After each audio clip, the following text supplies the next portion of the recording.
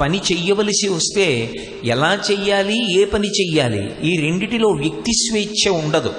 నా బుద్ధికి తోచిన పని నేను చెయ్యకూడదు, శాస్త్రం ఏం చెప్పిందో అది చెయ్యాలి. అందుకే శంకర భగవత్పాదులు అవతార పరిసమాప్తి చేస్తూ వేదో నిత్యమధీయతాం తదుదితం కర్మస్వనుష్ఠీయతాం అంటారు.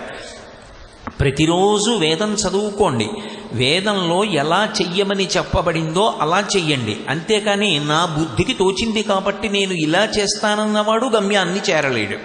తస్మాత్ శాస్త్రం ప్రమాణంతే కార్యాకార్య వ్యవస్థితౌ. ఇది చెయ్యాలా చెయ్యకూడదా, ఒకవేళ చెయ్యాలంటే దీన్ని ఎలా చెయ్యాలి అంటే శాస్త్రము ప్రమాణం తప్ప మనుష్యుల యొక్క బుద్ధులకు తోచినటువంటి నిర్ణయములు ప్రమాణములు కావు.